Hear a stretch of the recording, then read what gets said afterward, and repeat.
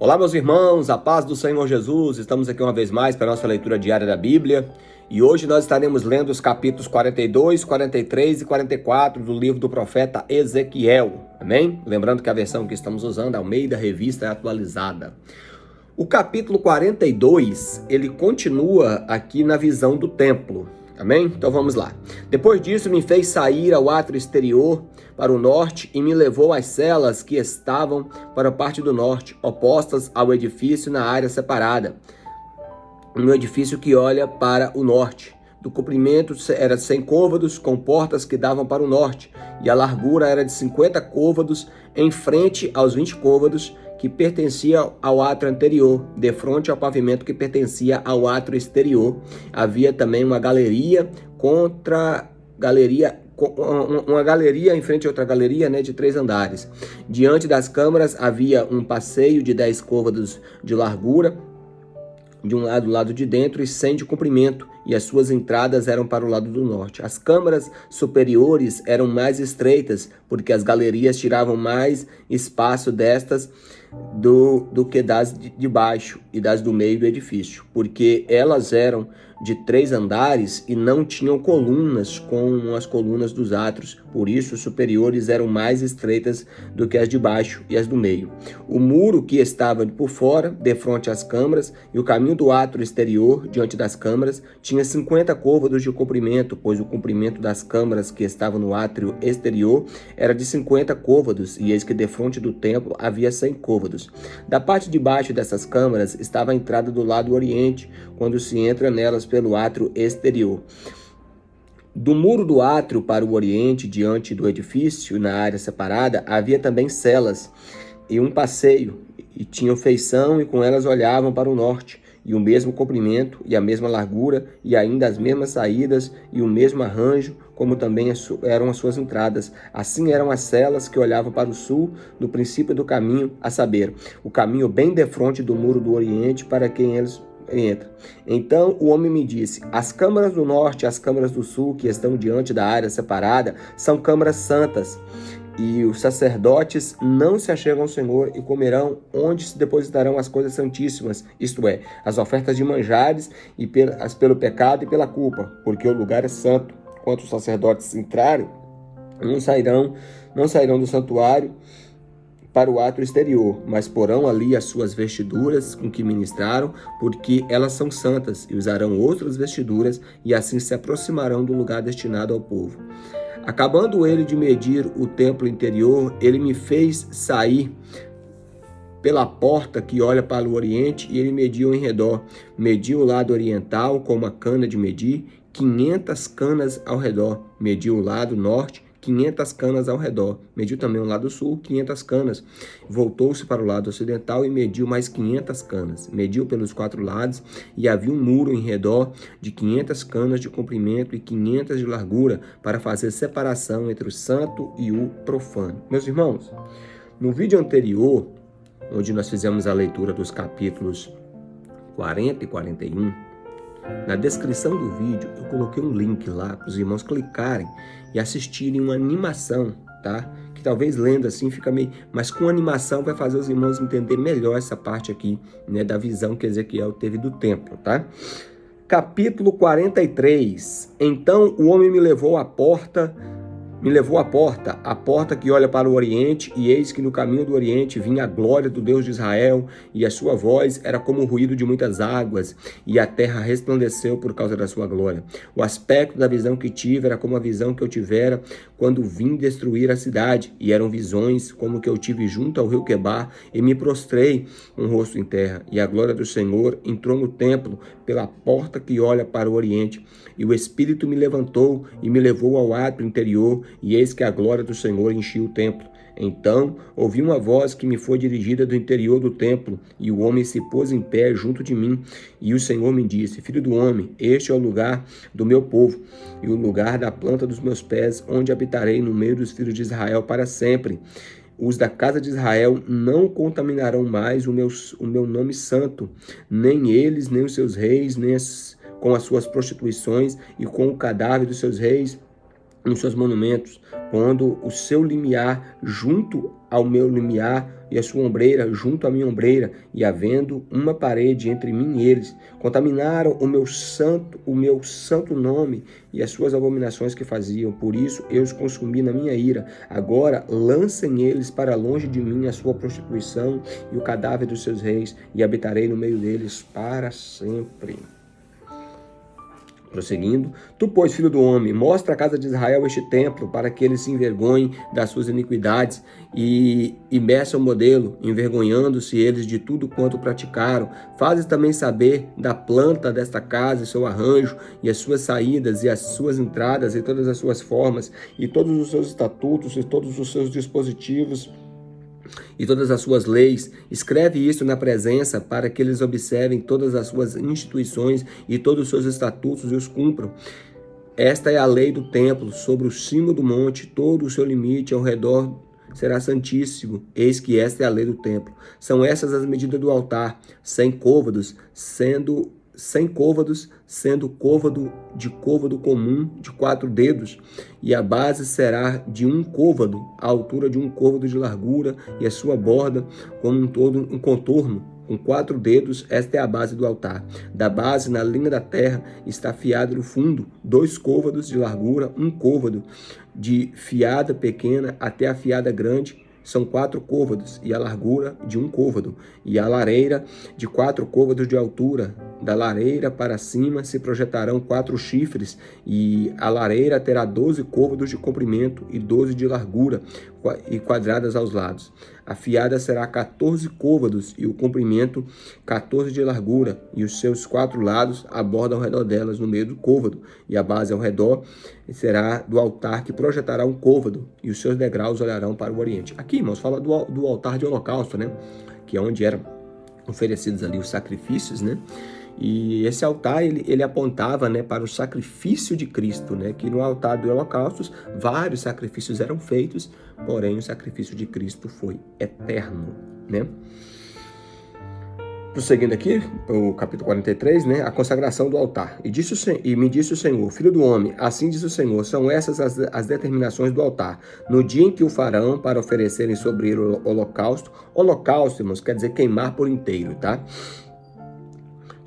Para eles aspergir o sangue. Aos sacerdotes e levitas, que são da descendência de Zadok, que se achegam a mim, diz o Senhor Deus, para me servirem, darás um novilho para a oferta pelo pecado, tomarás o seu sangue, porás sobre os 4 chifres do altar e nos 4 cantos da fiada e na borda ao redor. Assim fará a purificação e a expiação. Então tomarás o novilho da oferta pelo pecado, o qual será queimado no lugar da casa, para isso designado, fora do santuário. No segundo dia oferecerás um bode sem defeito, oferta pelo pecado, e purificarão o altar, como purificaram com o novilho. Acabando tu de purificar, oferecerás um novilho sem defeito e do rebanho, e um carneiro sem defeito. Oferecê-los-á perante o Senhor.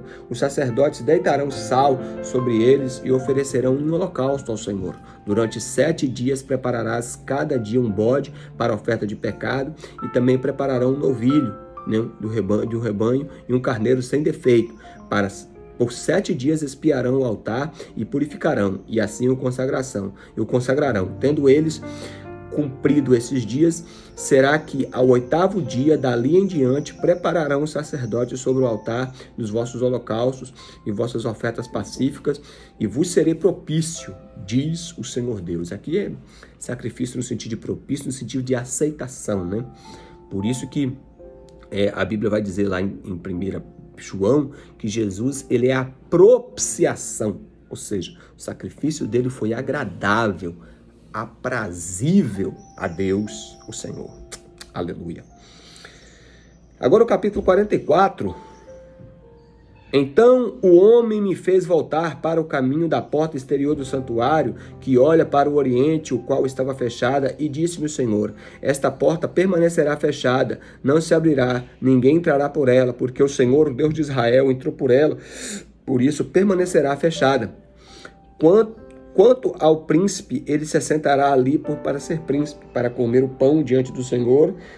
Pelo vestíbulo da porta entrará e por ali mesmo sairá. Depois o homem me levou pela porta do norte diante da casa, e olhei, e eis que a glória do Senhor enchia a casa do Senhor. Então caí de rosto em terra e disse-me o Senhor: Filho do homem, nota bem e vê com seus próprios olhos e ouve com seus próprios ouvidos tudo quanto eu te disser e todas as determinações a respeito da casa do Senhor e de todas as leis dela.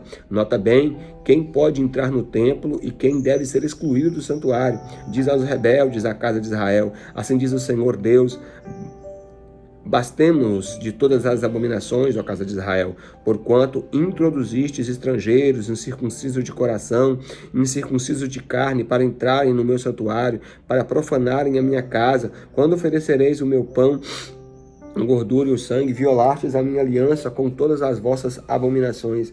Não cumpristes as prescrições a respeito das minhas coisas sagradas, antes constituístes em vosso lugar estrangeiro para executar o serviço do santuário.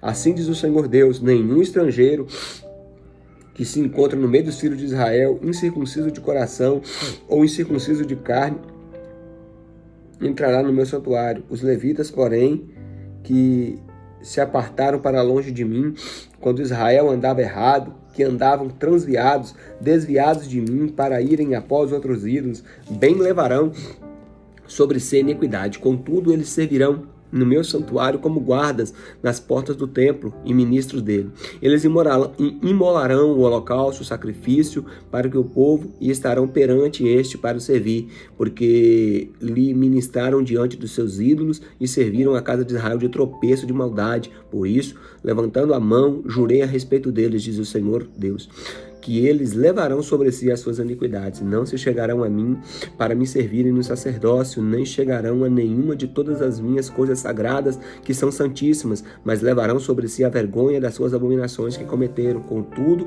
eu os congregarei na guarda do templo e de todo o serviço e de tudo que fizer nele. Prosseguindo aqui, meus irmãos, agora os deveres dos sacerdotes. Mas os sacerdotes levitas, os filhos de Zadok, que cumpriram as prescrições do meu santuário, quando os filhos de Israel se extraviaram de mim, eles chegaram a mim para me servirem e estarão diante de mim para me oferecerem a gordura e sangue, diz o Senhor Deus. Eles entrarão no meio do santuário e se achegarão à minha mesa para me servirem e cumprirão as minhas prescrições. E será que quando entrarem pelas portas do átrio interior, usarão vestes de linho, não se porá a lã sobre eles, quando servirem as portas do átrio interior. Dentro do templo tirarás de linho e estarão sobre a cabeça, e os calções de linho sobre as coxas. Não cingirão ao ponto de lhes vir o suor. Saindo eles ao átrio exterior ao povo, despirão as vestes e com que ministraram, pô-las nas suas santas câmaras e usarão outras vestes, para que as suas vestes não fiquem, para que as suas vestes não santifiquem o povo. Não raparão a cabeça, nem deixarão crescer cabelo. Antes, como convém, tosquearão a cabeça. Nenhum sacerdote beberá vinho quando entrar no átrio interior. Não se casarão com viúva, nem com repudiada, mas tomarão virgens da linhagem de Israel, ou viúva que lhe for de sacerdote. Ao meu povo ensinarão a distinguir entre o santo e o profano, e farão discernir entre o imundo e o limpo. Quando houver contenda, eles assistirão a ela para julgarem pelo meu direito, e julgarão as minhas leis e os meus estatutos, e todas as festas fixas guardarão e santificarão os meus sábados. Não se aproximarão de nenhuma pessoa morta para se contaminarem, somente por pai, mãe, filho ou irmão ou irmã, se não tiver marido, se poderão contaminar. Depois de ser ele purificado, contar-se-lhe-á 7 dias, no dia em que ele entrar no lugar santo, no átrio interior, para ministrar no lugar santo, apresentará sua oferta pelo pecado, diz o Senhor Deus. Então, irmãos, repare que para o sacerdócio havia muitas restrições, né? E era necessário que se cumprisse cabalmente isso aí para exercer o santo ministério do sacerdócio. Claro que a igreja hoje, como sacerdócio santo, ela não precisa guardar esses preceitos, principalmente cerimoniais. É claro que os preceitos morais de uma vida santa, de uma vida pura, limpa, de uma vida de obediência, isso prevalece. Agora, essas questões cerimoniais aqui já não são necessárias, tá?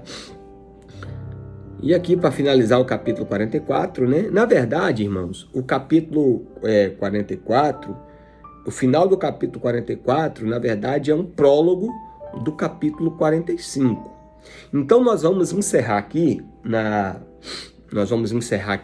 no versículo 27 do capítulo 44. Aí na próxima leitura nós iniciamos aqui a partir do capítulo 44, versículo 28. Amém? Então, obrigado por assistir mais esse vídeo, meus amados irmãos, que a gente pede aos irmãos aí que continuem deixando o seu joinha, tá? Para que o YouTube considere o conteúdo como relevante, possa indicar para mais pessoas, que os irmãos possam se inscrever no canal, né? Nos seguir aí, meus irmãos, tá? Para que possa estar acompanhando a gente aí no YouTube. Todos os dias tem os vídeos postados da leitura diária. Os irmãos possam também compartilhar esse vídeo com seus amigos, com seus contatos, com os grupos de família aí, para que mais pessoas ouçam a palavra de Deus. E claro, em primeiro lugar, leiam a palavra de Deus.